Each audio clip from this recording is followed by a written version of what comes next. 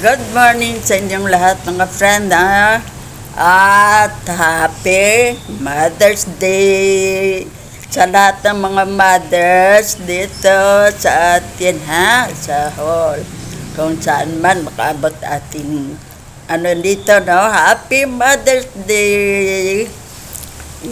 Ngayon ang ating topic ko para maging happy tayo mga mother, Saka yung mga anak din natin, kay sila ang ating produkto dito sa mundo, na kung tayong mga mother at father maging maganda ang ating pagsamahan sa bahay natin, naging successful ang takbo ng buhay natin. Kaya yan ang pag-usapan natin, ang mga mother, ang father niya hindi dito, kay hindi naman na hindi Father's Day, Mother's Day, kay dahil nalaman din natin ang obligasyon ng mga father maghanap ng pera para may makain ang kasama nila sa bahay, ang wife nila at mga anak, kung sino pa ang kasama sa bahay. Kaya hindi natin sila masisi kung anong nangyari sa mga anak natin at hindi natin mabigyan sila ng obligasyon sa bahay na para sa mga anak natin.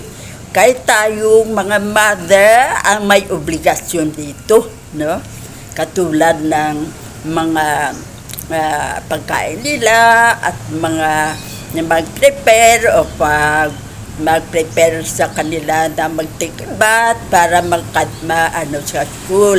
Kaya yan ang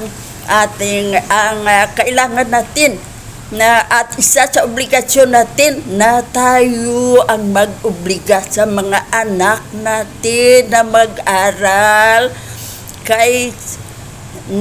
para successful sila sa buhay nila. Kaya alam na natin noon lecture natin na kung professional ka, ag-aaral ang sekreto mag-umpisa ang money dyan. Dyan ang secret kung paano ka maging mayaman. Isa yan, Kung professional ka na saan man ka mag-apply ng trabaho, tanggap agad. Kaya yan obligasyon namin mga mother, ang pagpalaki sa anak namin, at prepare ng pagkain, prepare ng everyday na mabangon sila, at prepare para sa mga kailangan nila pag-aral, katulad ng baon, pamasahe, yan ay obligasyon ng mother. At tingin kung may sakit sila o wala. Kaya ang mga mother ay maraming obligasyon. Ang father, paghanap lang ng pera, okay na. Pero kaming mga mother, maraming obligasyon dyan. Kaya ang unahin natin na obligasyon ay ang pagbuo sa ating mga anak kung paano sila pagdating ng panahon. Kaya anong formula dan? Kundi ang mabuting pagtrato, respect. Maski anak lang natin sila, tayo mother at ng mother at son, mother at daughter ay respect, galitan ng mga anak kung sa in front ng mga ibang tao. Kaya may hiya man siya. Hindi natin alam, inalagay sa isipan niya ang magrebelde siya pagdating ng panahon. Ipadama ko sa iyo ang ginawa mo sa akin. Kaya mula ngayon, baguhin natin ang trato sa ating mga anak. Kung may kasalanan sila, isabi lang sa na hindi nagalitan sila ano yun sila ano yun sila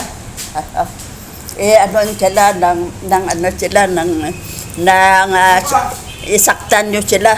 Hindi yan ang wastong pagdisiplina sa kanila. Kay yan nagkusang maribilde sila. May taong nabala kong na maltrato mo sila, may nalagay sa isipan nila pagdating ng panahon, ako naman ang mamaltrato sa iyo. Kaya yan ang nangyari sa mga ibang mother na hindi nirespect ng mga anak.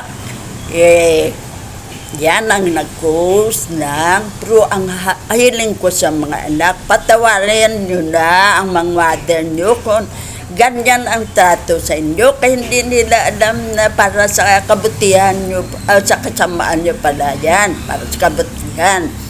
Kaya ang ating, ang inaano ko sa inyo na bigyan nyo sila ng, patawarin nyo sila kung may nagawa man silang hindi nyo nagustuhan.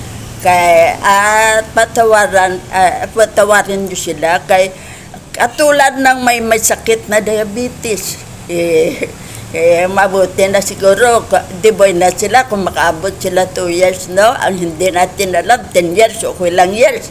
At saka kung may mga cancer, ilang years, 2 years na lang ako sa buhay sa mundo. Kaya yan ang ating chance.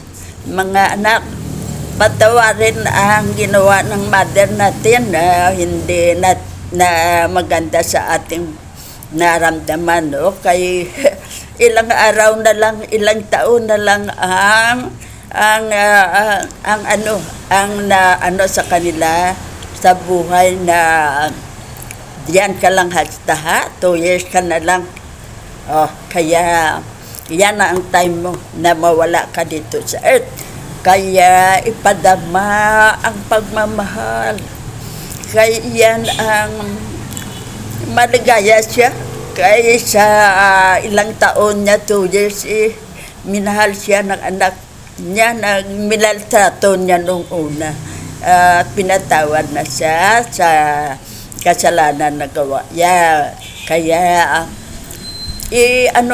ibigay ang kaligayahan sa mother. Kay mother niya, kunting panahon lang makadama ng pagpatawad at pagmamahal at respeto sa kanya. Maligaya na siya. Pag sa earth, nagingiti sa iyo, anak, salamat sa pagpatawad mo sa akin at sa pagmamahal mo sa akin. I love you too, gani. Yan ang gawin natin. Sa ngayon, Mother's Day, yan ang chance natin, mga anak. Kung may hindi tayo nagustuhan na gawa ng mother natin, patawarin na lang natin sila, no? Kay hindi nila tahala tayo na nagkasala, hindi natin alam na masama yan sa ibang tao. Kaya yan ang chance natin sa ngayon. Sa mga mother namin, ipadama ang pagmamahal, patawad, at saka sa kanila ang huling sa may mga sakit, huling taon na nila sa 2 years o 1 year sa mundo, para pag wala na sila, maligaya sila. Ang clean na ang isipan nila. Kay baka nagsisiman din sila sa ginawa sa mga anak niya. Pagdating ng time na mawala sa earth, andyan pa rin sa isip nila yan, bisan mamatay na sila, no? Kay antes malagutan ng hininga, andyan pa rin. Kaya ang ating solusyon dyan, patawarin na ngayon araw kung ano manggit ang kasalanan nila, at ihag sila at ikis mahal kita, mami, nanay, o ano ang mama, yan, ipadama. Kaya para sa huling araw nila sa mundo ay maging maligaya sila. Yan ang ipadama nyo sa kanila para makatikiman sila ng maligaya na pagtrato sa kanila sa mundo. Kaya yan mga friend, ang ating pag-usapan ngayon, ang mga behavior din ng mga parents. Yan ang ating kailangan alam sa ating mga katulad natin, mga mothers, kung ano ang gawin natin sa ating anak.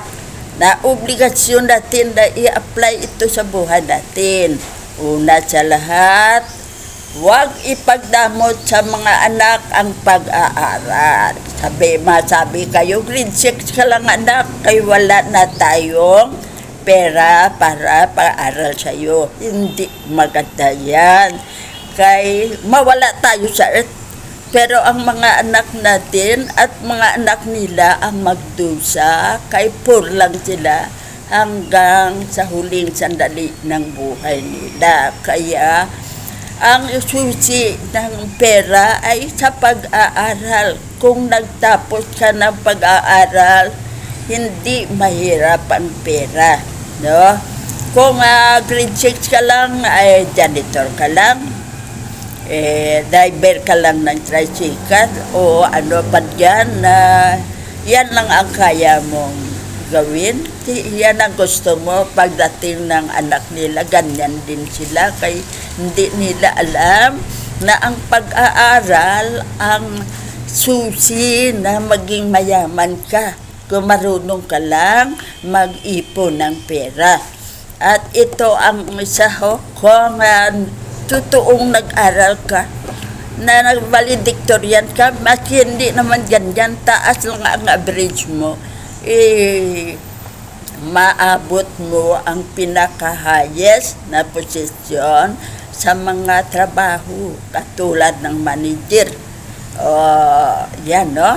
Manager ka ng lahat sa bangko, sa mga iba pang mga establishment. Yan ang makuha mong posisyon.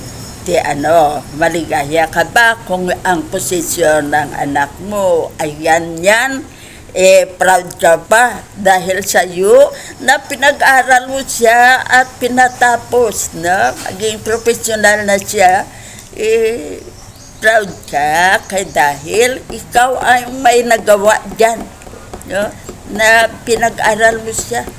At sinabihan mo siya, anak, ang pag-aaral, ang susi na hindi ka mahirapan sa buhay pagdating mo ng age na kailangan mo nang magtrabaho. Hindi ko gusto na magang janitor ka lang hanggang kailan. Na kung sino lang, hindi ka nirespeto kung sino lang ang mag-utos sa iyo, ito, gawin mo sa akin to, personal nilang na ipagawa sa iyo dahil kay grade 6 ka lang. Kaya ang important, number 1 natin na obligasyon sa mga mother, ang pagpaaral sa anak, ipatapos ang college, kay free man lang ang elementary school at college dito sa atin sa Philippines. Yan. Alam nyo na kung saan yan, no? Yan, sa government na elementary at high school, government na college katulad ng caregiver at mga ng welder o mechanic o ano pang na pwede tayo makatrabaho. Kung nakatrabaho na tayo ng ganyan, sa iyo na kung anong course ang gusto mong tapusin, sige ka, ilang subject naman lang yan, makuha mo na ang gusto mo, ng course na noong elementary ka pa lang, yan na ang gusto mo. Kaya huwag kang lalaki, matapos din yan. trabaho ka lang, mag-aral sa gabi, professional ka na, double ang yung course mo na magawa. Kaya ang important sa buhay natin na makahango tayo sa kahirapan ay ang professional ka. Kung high school graduate ka lang, hanggang kailan ipor ka lang. Kaya hindi ka na makatrabaho sa malaking salary. Kaya yan, no? Ang number one nating obligasyon mga mother, ang pagpaaral sa mga anak. Huwag idamot. Kaya sabi mo, may labada ta dito, ikaw maglaba, asang reject ka lang. May tayo kung ano pa sa lalaki dyan ang may trasikad ka lang para may tayo everyday. Hindi yan. Hindi yan obligasyon ng mga anak natin. Tayo, ang father, mother, ang may obligasyon maghanap ng para makakain tayo. Ang obligasyon nila ay ang pag-aaral na makatulong sa atin lahat na nakatira sa bahay na yan na makaahon sa kahirapan. Kaya ang ating sangmino ang pag-aaral, ang siyang susi na makapera tayo ng malaki. Kaya yan ang ating gawin. Ano pa ang gawin natin?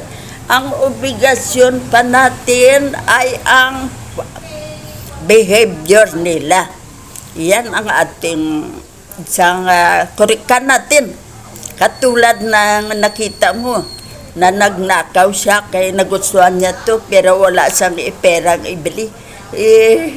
Ininakaw niya, huwag mong pabayaan. Anuhin mo, bago sabihin mo, anak, halika muna. Ito ang ginawa mo ay masama.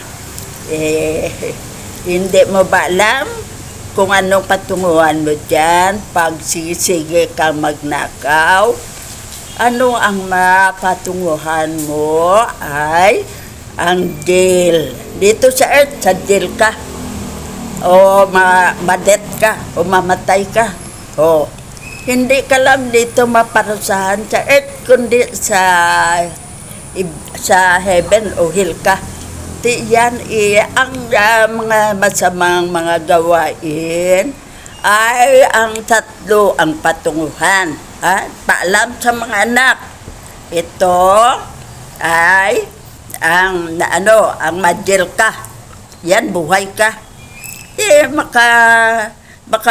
Bagong buhay ka siguro kung ituro mo sa mga kapwa mo preso ang mag-pray at magbasa Bible, o kung may ka mo dyan, may schedule ang priest dyan na mag-mass, attend sila sa mass at magawa ng mabuti sa kapwa priso.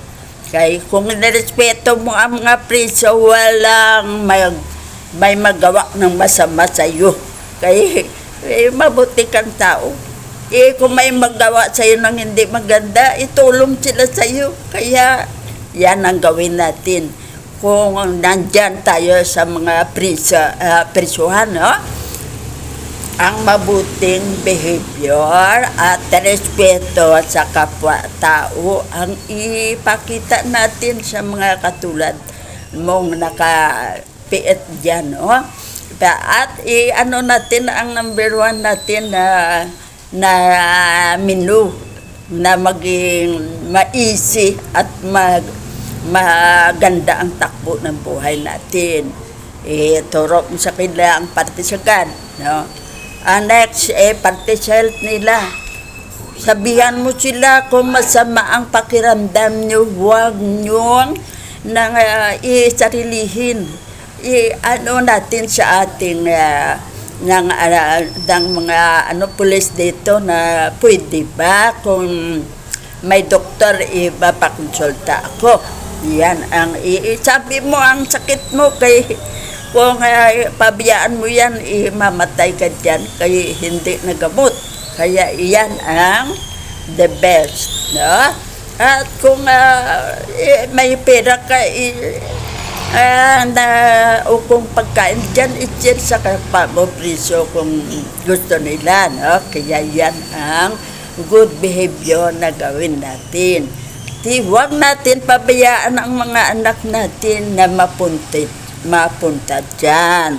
Kaya yan tayong mga mother ang always nakasama ng anak natin.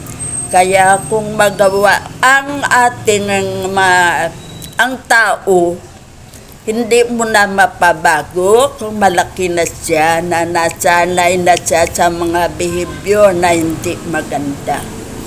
Pero kung bata pa lang siya, kag-explain mo na kasalanan yan, mapabago mo pa ang behavior niya, takbo ng buhay niya, na sa uli ay marunong siyang marespeto ng kapwa-tao at magmahal.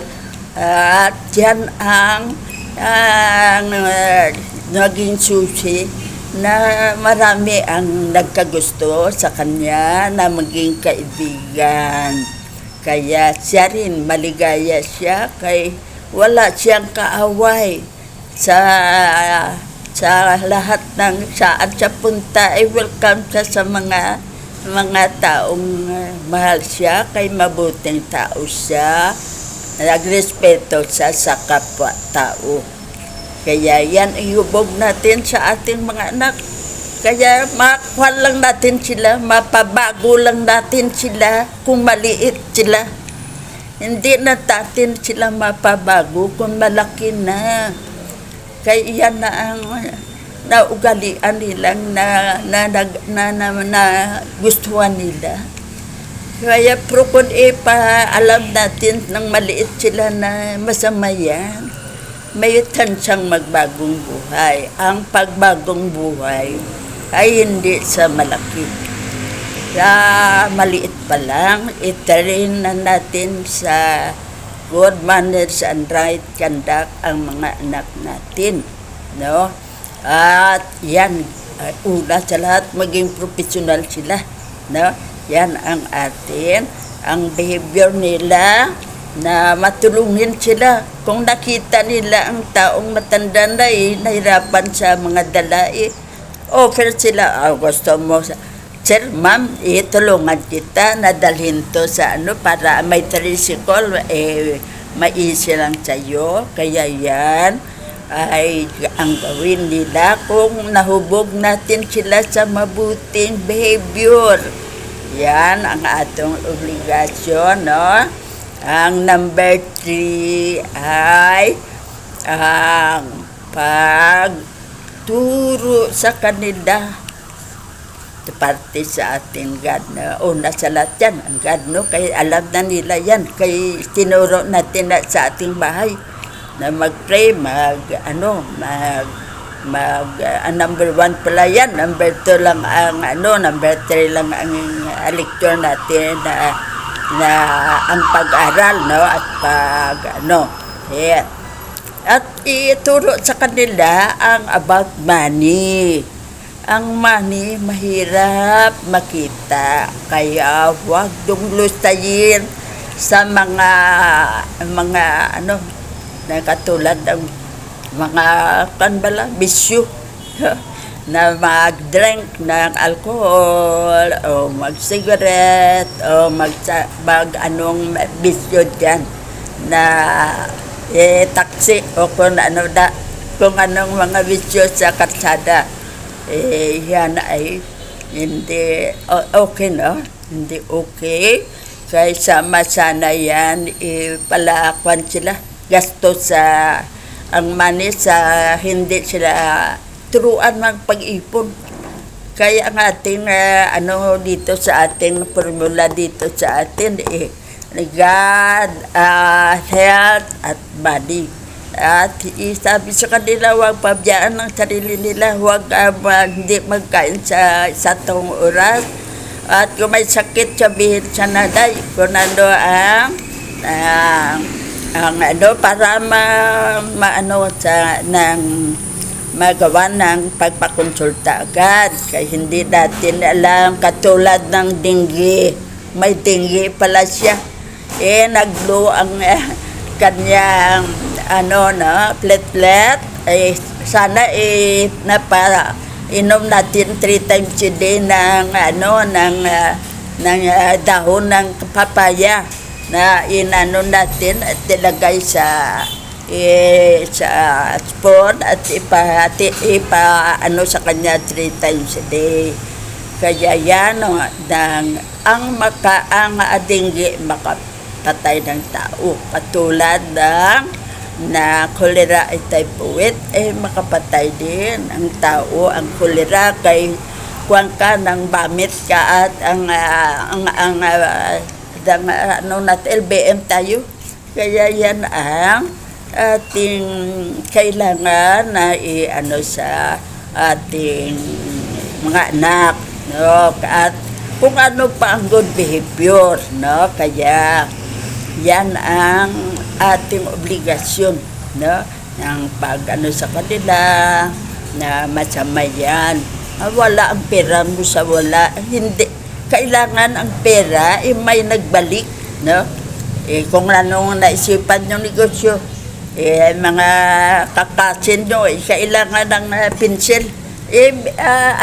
O kung gusto mo negosyo, yan ang mo.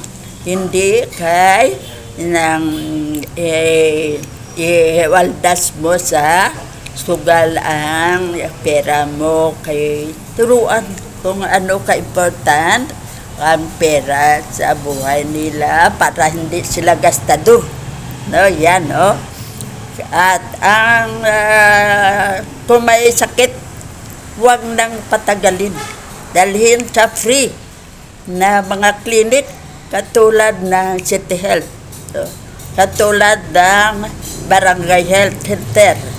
Padalhin dyan, mag-recommend sila papuntang hospital kung daw medyo kailangan ng hospital. Kaya yan, may free tayong gamot dyan sa lahat ng klase ng sakit. Kaya tayong mga mother ang may obligasyon dyan na ipacheck out natin ang anak natin kung may mga sakit sila.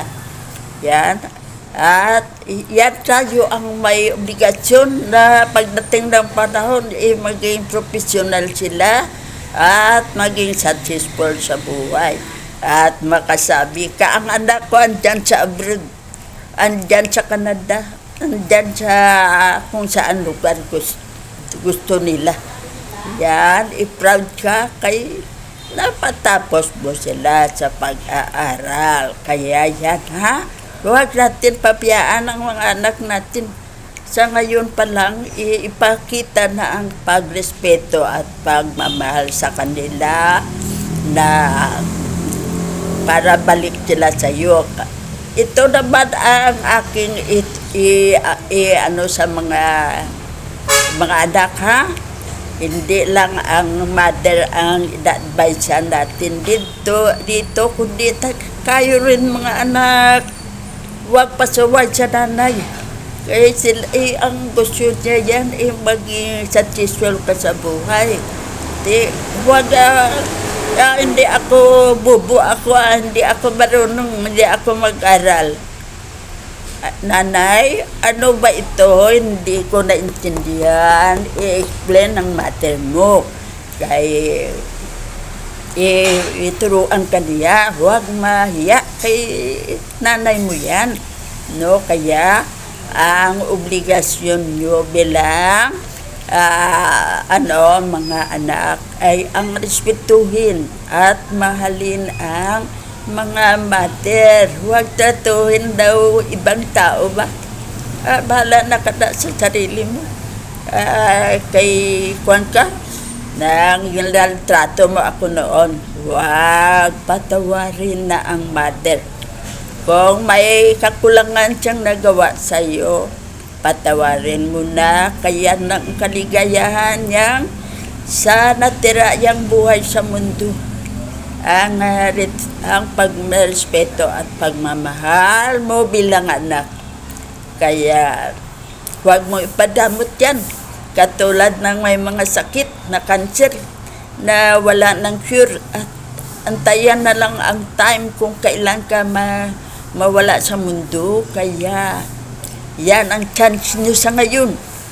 Na pag-umpisa na ngayon, tatuhin na ng ipakita na ang pagmamahal sa mother mo para sa natirayang buhay sa mundo maging maligaya siya.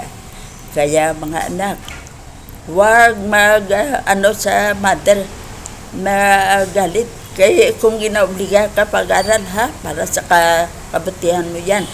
Kung sinabihan ka huwag manakaw, huwag kang magalit. Kaya para sa iyo dyan. Gusto mo bang mapunta sa jail o kung anuin ka ng mga military, mamatay ka, paglabas ng Holy Spirit sa katawan mo, naantay na si Satanas sa iyo, yan ang gusto mo ba? Kaya, sa iyo na ang magdesisyon dyan. Mga anak Huwag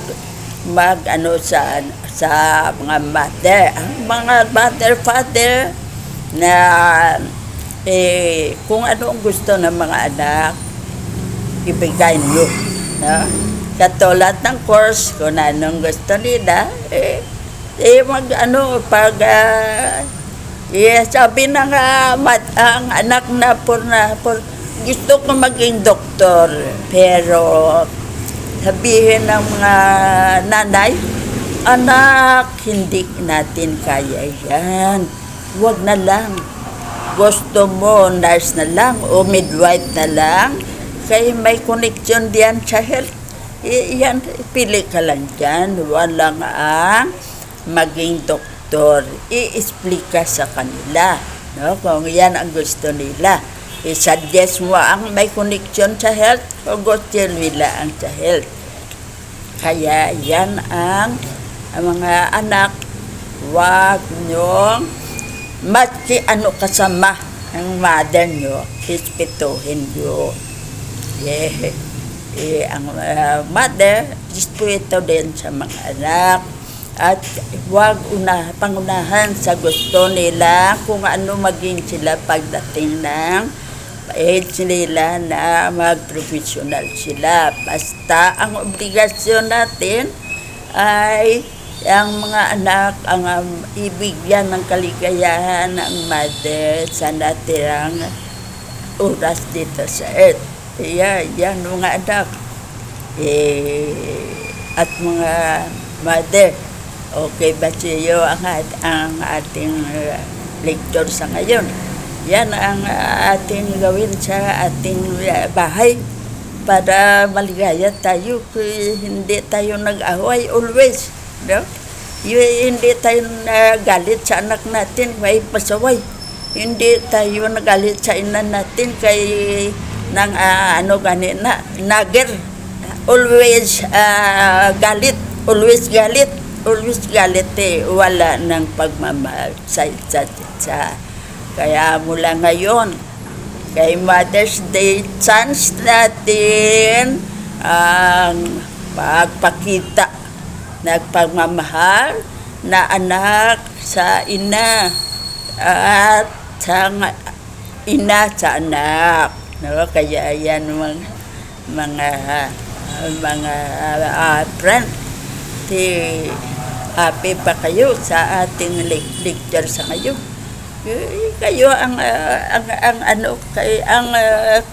solusyon mo lang dyan ay ang ating pagpatawad sa isa't isa at pagpakita ng pagrespeto at pagmamahal sa isa't isa.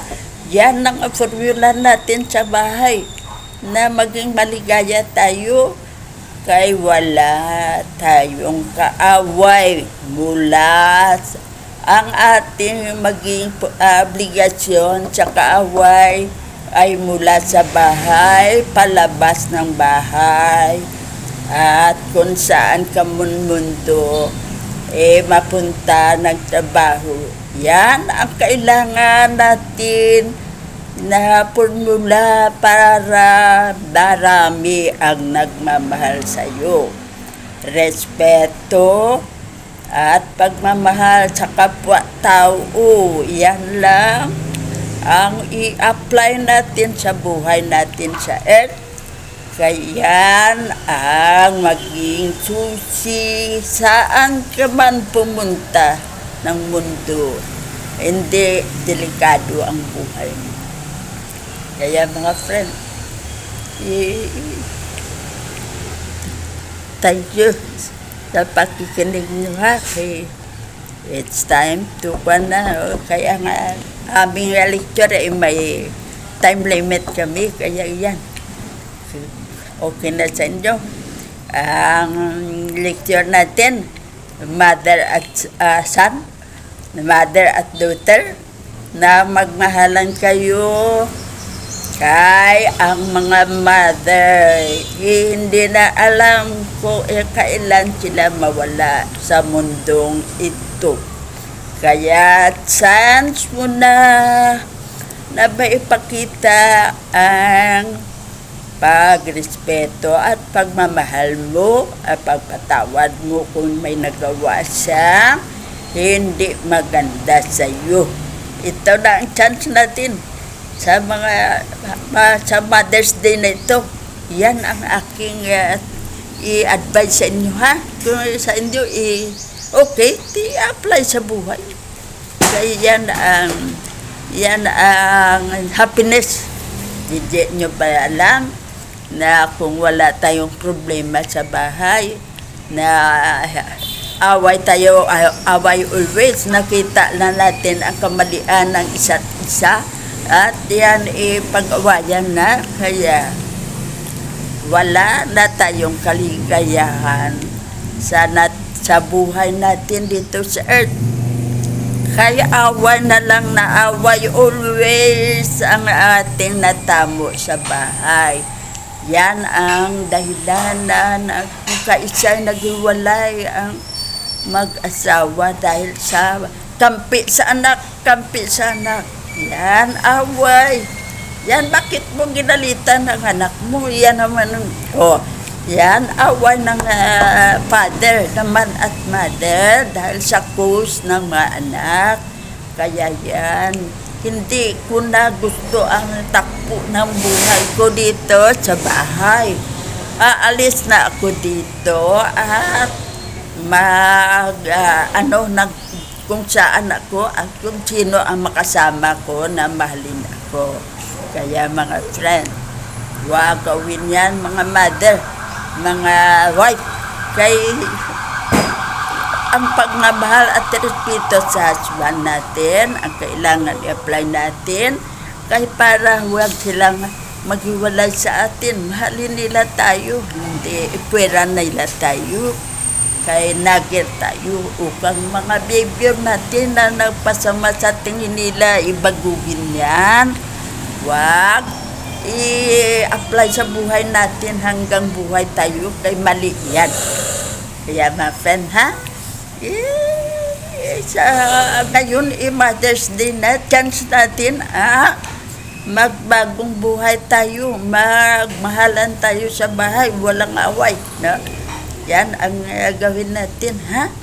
Ang mga anak, ang mga ina, o may kasalanan banggid parents, patawad sa isa't isa at magmahalan sa natira na lang buhay ng mother at father na may sakit, na inaantay na lang ang time na mawala sila sa mundo. Okay, ngayon Mother's Day ang chance na Mama, love you. Masigan yan lang happy na siya, no? Kaya mga friends, happy Mother's Day sa mga mother dyan. Love you all. Thank you.